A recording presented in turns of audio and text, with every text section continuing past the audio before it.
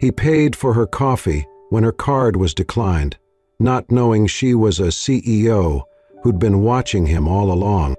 The morning rush buzzed like static in the cafe at the base of Donovan Tower.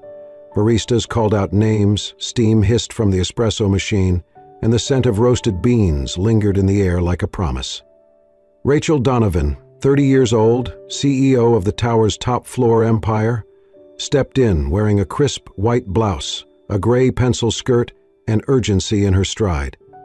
No one noticed her, not as a CEO, not as anything more than another professional in need of caffeine. She approached the counter, tapping her phone while juggling her tablet and a folder tucked under one arm.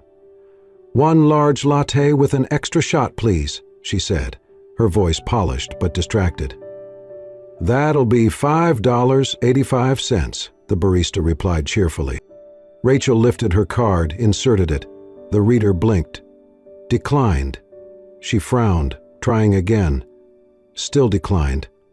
Hold on." She reached into her leather satchel, searching the side pocket, then the center. Nothing. Her wallet wasn't there. Panic pinched her chest. She never forgot her wallet, not ever. Except, apparently, today. "I'm really sorry," she said, embarrassed now.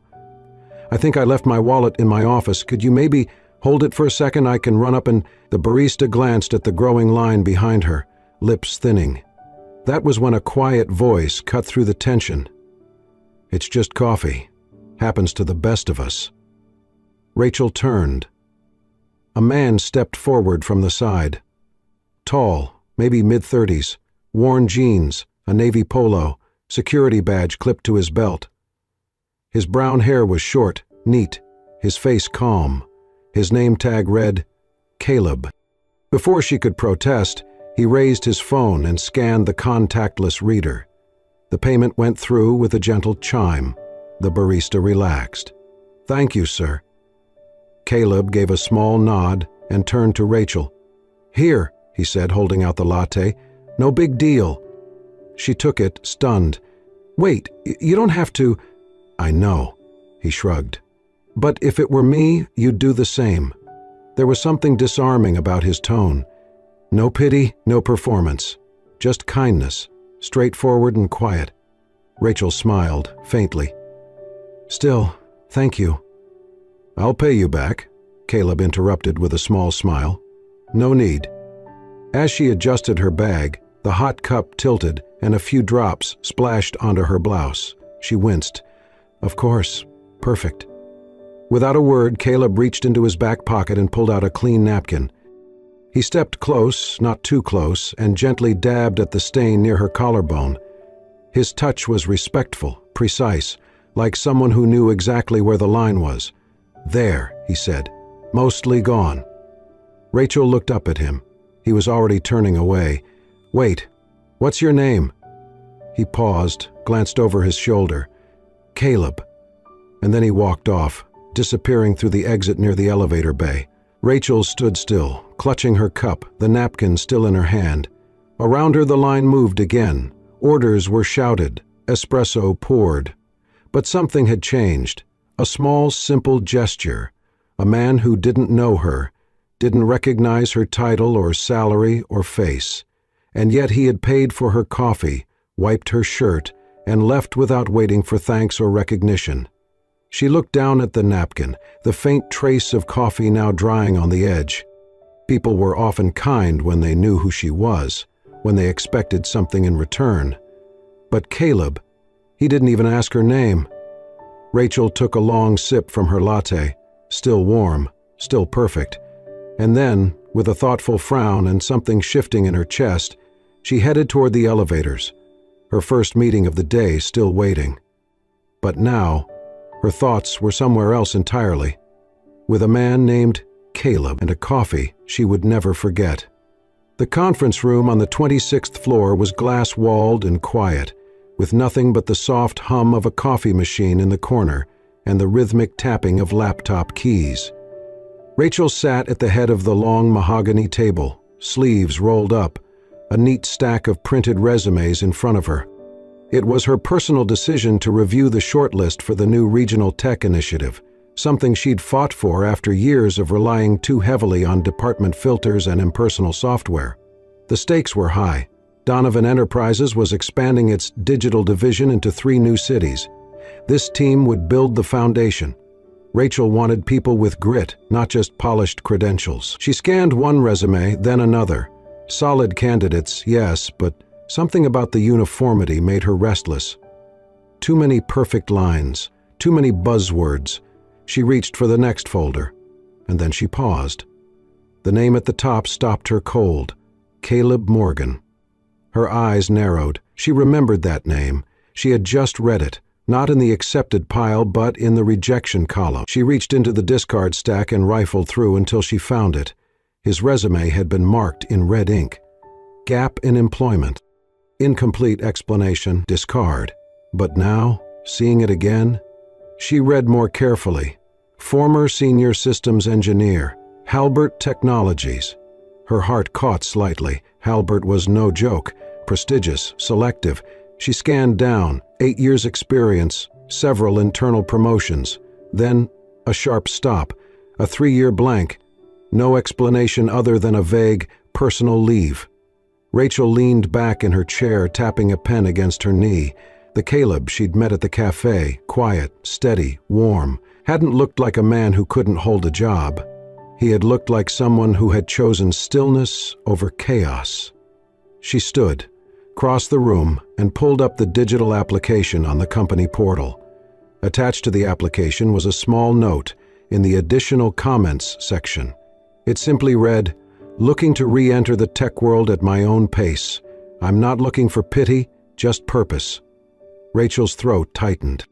Her fingers hesitated over the keyboard, then began typing quickly, searching through internal records, LinkedIn, public data. And there it was. An article from 4 years ago, buried deep in the local news archives. Tech exec loses family in tragic freeway crash, leaves company weeks later. She didn't need to read the full piece. The photo told enough. Caleb, younger but recognizable, standing at a memorial site with a single white rose in his hand. Rachel leaned back, her breath shallow. She was not someone easily shaken, but something about the silence of his resume, the dignity in it, moved her. She looked back at the printed page. It felt like holding the tip of an iceberg. And someone in HR, had looked at that blank space and seen a flaw. She saw a fight. Rachel picked up her pen and crossed out the red line. Then, next to his name, she wrote in bold black ink, "Priority Review, Direct Interview with CEO." When her assistant returned with coffee, Rachel didn't look up.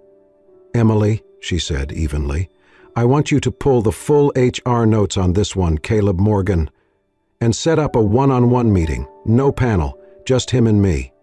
Emily blinked. He's one of the rejected ones?" "Not anymore," Rachel said without looking up. 2 hours later, back in her office, Rachel closed the door and stared out the floor-to-ceiling windows at the city below. The sun was just beginning to break through the morning haze. People down on the street looked like toy figures rushing toward unknown goals. She thought of Caleb's words again, soft and simple. "If it were me, you'd do the same." But would she? Had she?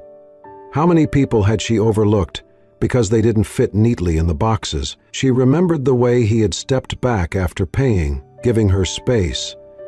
The way he had dabbed the coffee from her blouse with quiet care, never making it awkward. The way he walked away as if expecting nothing, not even a thank you. And now here he was again. Not in the building by accident, but on a list she had never looked at until today. A man who had once led teams of 50 engineers, who had lost everything, and instead of collapsing, chose to rebuild with the tools he had left. Dignity, silence, and a job that let him breathe. Rachel looked back at her planner and circled the next Thursday afternoon in red.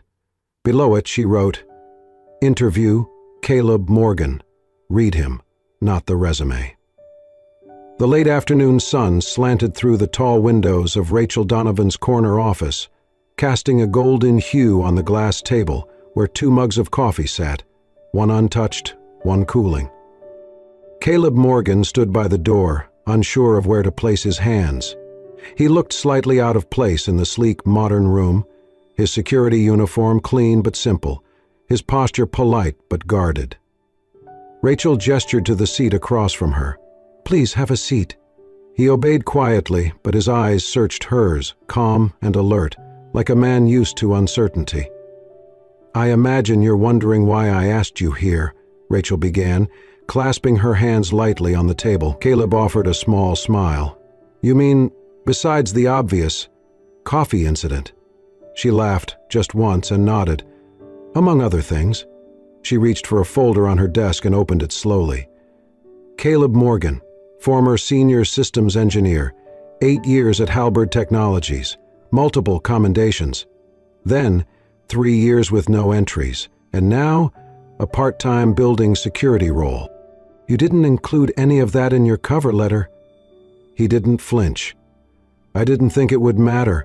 Most people stop reading after the gap." Rachel tilted her head. "And if they hadn't?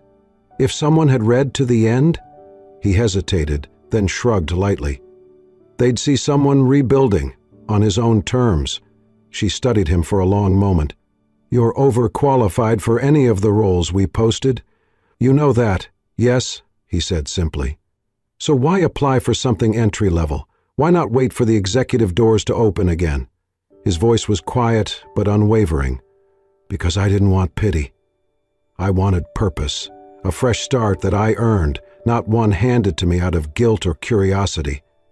Rachel nodded slowly. There was something about the stillness in him, unmoving, steady.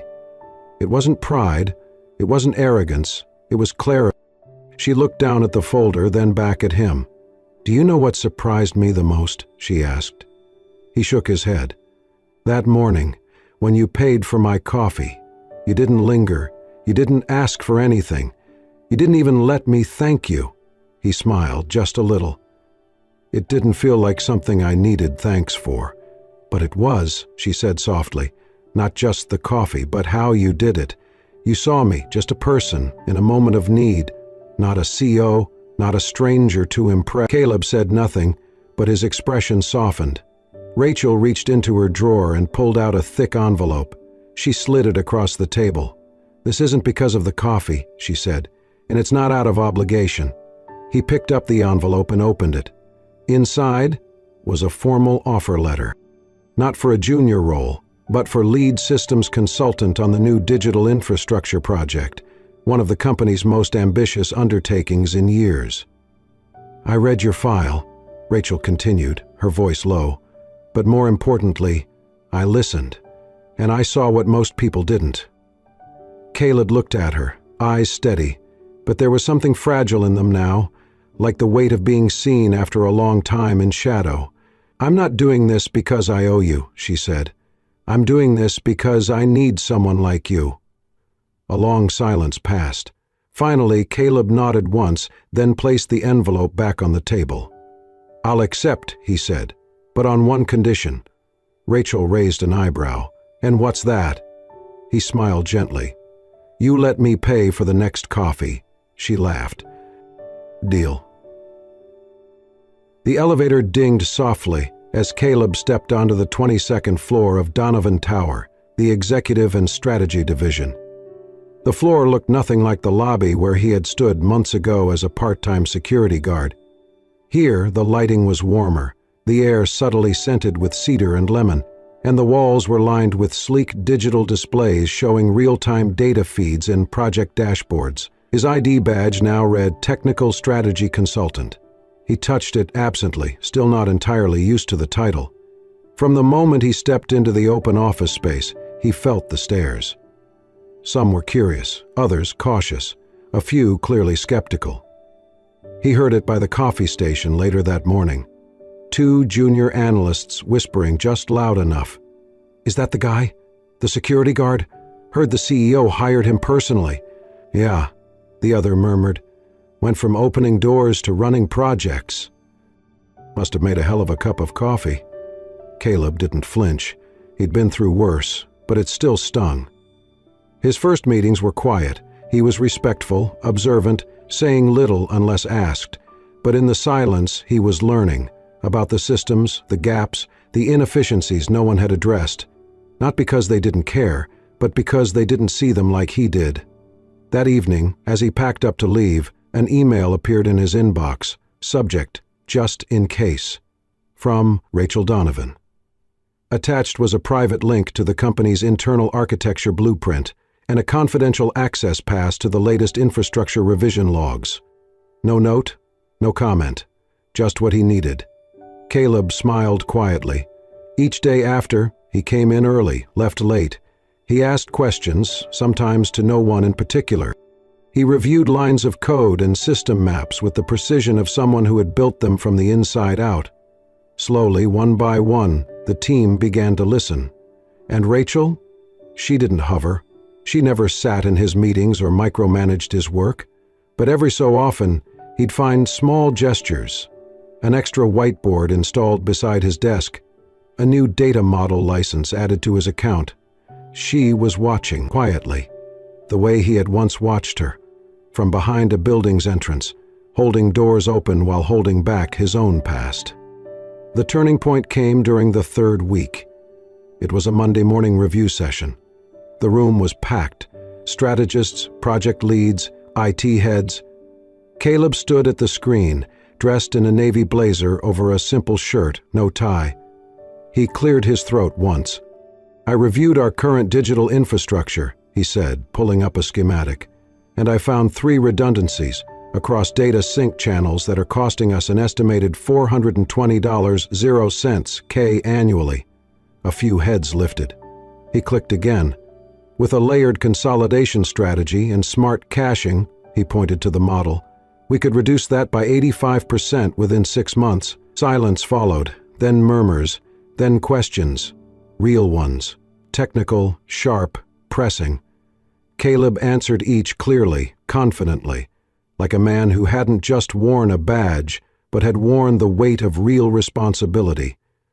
When the session ended, the room was still processing. Rachel, who had sat quietly at the back the entire time, stood. She walked forward slowly, her heels soft against the carpet. Then, with a calm smile, she looked around and said simply, "I read his file. I read between the lines. And today, he just read the room." She turned to Caleb, her eyes warm with something more than approval. "I chose right."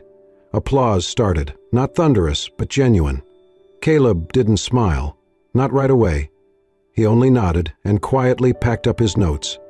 But inside, something shifted. The floor didn't feel so high up anymore, and for the first time in a long time, he didn't feel like he was borrowing space. He was building something. Of his own. The clock on the wall ticked past 9:45 p.m. Most of Donovan Tower had gone dark, the city lights outside casting long reflections against the high-rising windows. But on the 22nd floor, 2 lights still burned, one in Rachel's office and the other at the far corner where Caleb worked, his screen aglow with cascading lines of code. Rachel had been staring at the same financial report for 20 minutes, her temples throbbing. Her blazer hung over the back of her chair, heels kicked off beneath her desk. Her hair, usually immaculate, was falling loose from its twist.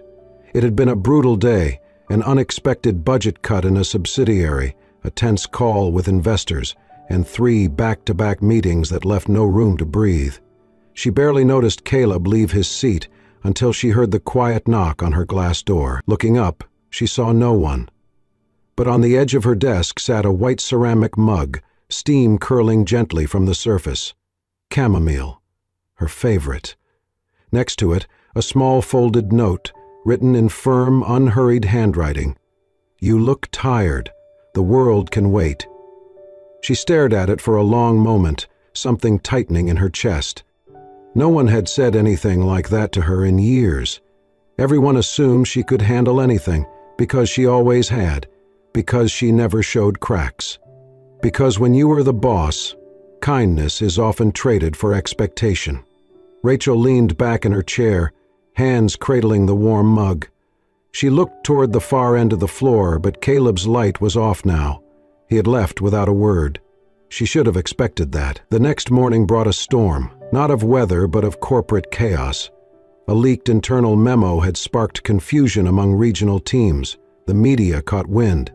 There was speculation, panic, and in the emergency meeting that followed, Rachel found herself in the center of a firing squad. "How could this happen on your watch? We should have had better controls. Is leadership even aligned?"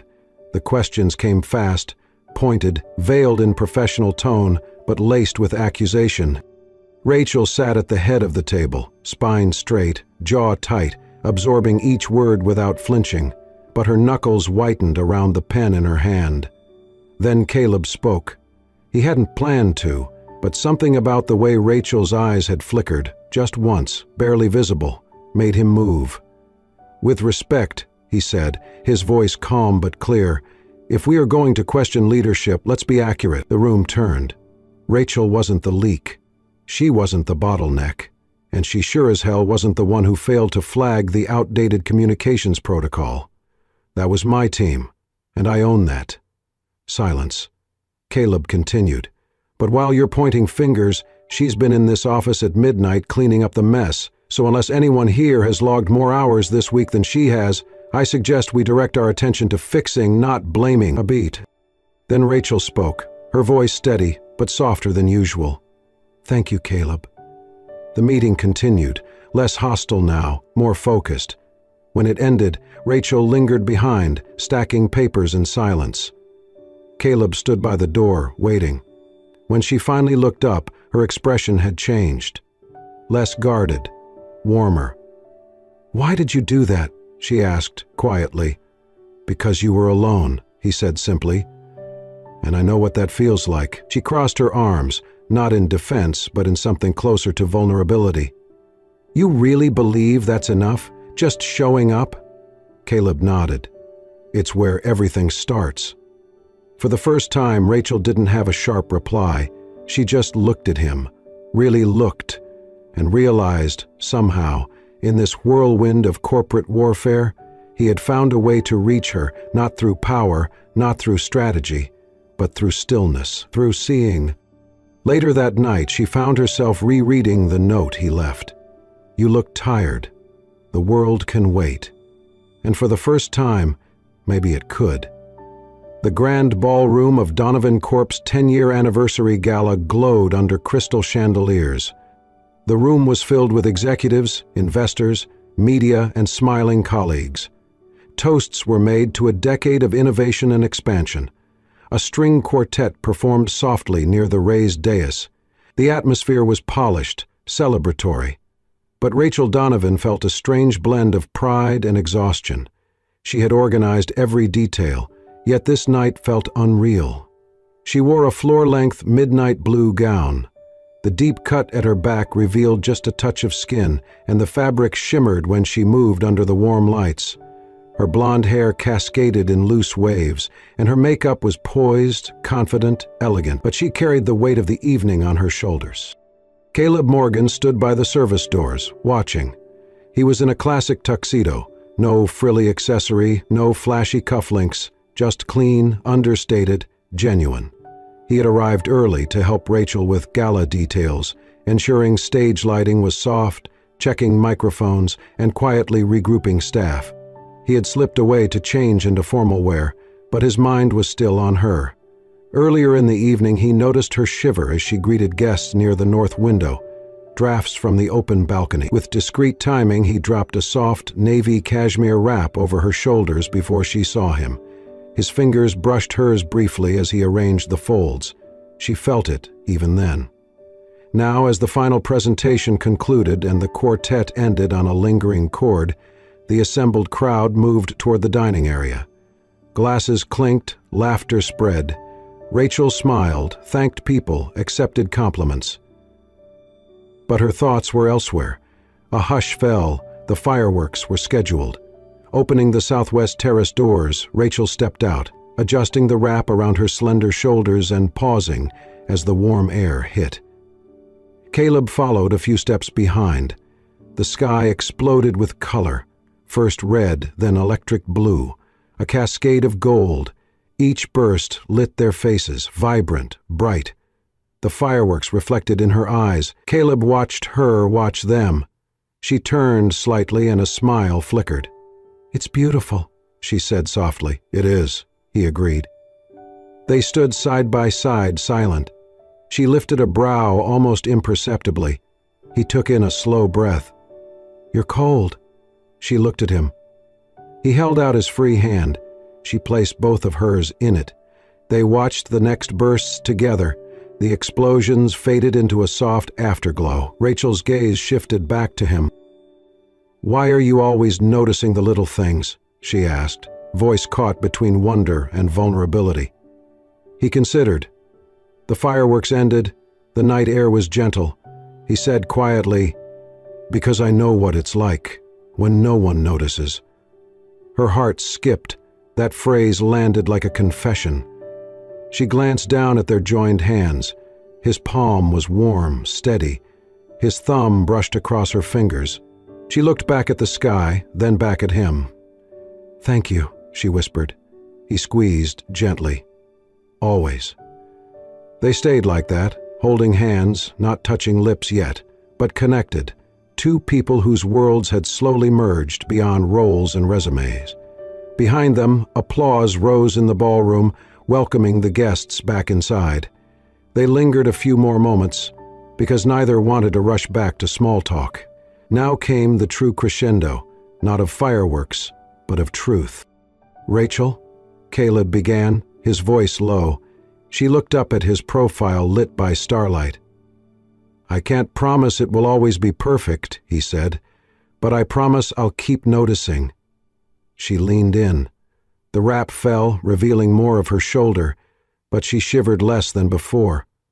Their eyes met. No words needed. Then he stepped closer, gently tilted her chin up. The office was quieter than usual. It was past 7 p.m. and most of the floor was dark except for a corner cubicle where soft typing could still be heard.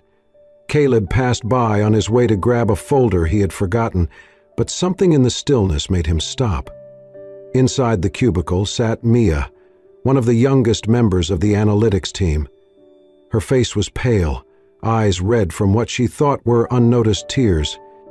Caleb leaned gently against the edge of the cubicle and spoke softly. "You okay?" She startled, quickly wiping her cheeks. Yes, it's nothing." Caleb didn't press. He sat on the chair across from her and simply waited. After a few moments, she said quietly, "I messed up a report. Bad. It's going to affect next week's client presentation. I don't know if I belong here." Caleb nodded slowly. "You think the rest of us never mess up?" She blinked, surprised. "But you're..." "Calm. You always seem to have it together." "I used to be an engineer," he said. "Once shipped a product update that crashed an entire platform for 3 days. I thought I'd never get another chance." "What happened?" He smiled slightly. "Someone sat down across from me and said, 'You're allowed to fail. You're not allowed to give up.' So I didn't." Mia exhaled. Some of the tension in her shoulders eased. "Redo the report," he added. "If you want, I'll check it with you. You're not alone in this." From across the glass panel, Rachel had been walking down the corridor and paused. She saw the scene, Caleb's patient presence, the way Mia's body shifted from defeat to steadiness. It wasn't grand, but it was leadership. Quiet, human, real. Later, as they walked out of the building together, Rachel finally said, "You make me rethink how I lead." He looked at her. She continued, "All this time I thought leadership was about being ahead of everyone. But maybe it's more about walking alongside." Caleb smiled, hands in his coat pockets. Leadership doesn't start with power, it starts with presence. They reached the curb. Her car was still in the shop, and he offered her a ride home again. She agreed. Inside the car, the city lights flickered past. Rachel leaned her head back against the seat, letting out a quiet sigh. "You're right," she said. "You don't have to say much to change something for someone." He glanced at her. "Neither do you." She turned to him, lips curving. "You always notice more than people think you do." "I used to miss things," he said, voice soft. "Now I try not to." The car grew quiet again. a gentle quiet. Soft instrumental music played low from the speakers. As the traffic slowed, Rachel's eyes began to close. The fatigue of the week, the emotional weight of everything, finally settled. She didn't mean to fall asleep, but within minutes her breathing evened, head tilting slightly to one side, hair brushing her cheek. Caleb noticed. At the next red light, he turned slightly toward her. A few strands of her blonde hair had caught at the corner of her lips. Carefully, without a sound, he lifted a hand, paused, just inches away. He hesitated. Something in him stirred. Not the rush of infatuation, but something older, warmer, a sense of recognition, of having found something he thought he had lost for good. As his fingers gently brushed the hair away from her face, Rachel stirred. Her eyes fluttered open. For a second, neither of them moved. Her gaze met his. His hand still hovered near her cheek. He began, pulling back quickly. Sorry, your hair. Her face flushed, but her eyes didn't leave his. It's okay. They didn't say anything more, but the air between them shifted. Something unspoken, undeniable, began to take root. When they reached her building, he stepped out and opened her door, as always. She stepped out slowly, turning back to him with a look softer than usual. Thank you, she said. For tonight, for earlier, for seeing people. His answer was a small, understanding nod. As she walked up the stairs, she glanced back once. He was still standing there, hands in his coat pockets, watching her. Not with possession, but quiet regard. Inside her apartment, Rachel leaned against the door for a moment, pressed a hand to her chest. It wasn't just gratitude. It was the beginning of something else. Something no MBA program, no leadership seminar, no board meeting had ever taught her. She smiled, because some lessons, the ones that matter most, can only be learned from someone who's lived them. The auditorium was filled with soft applause as Rachel stepped onto the stage.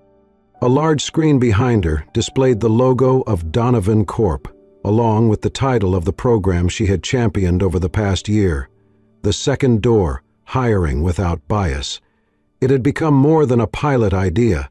It had become a national conversation. Rachel wore a navy blue pantsuit, simple but strong. Her hair was pinned back, her voice calm as she addressed the crowd. I stand here not just as a CEO, but as someone who once got a second look, who realized that sometimes the most valuable resumes are the ones we almost miss. This initiative isn't about charity.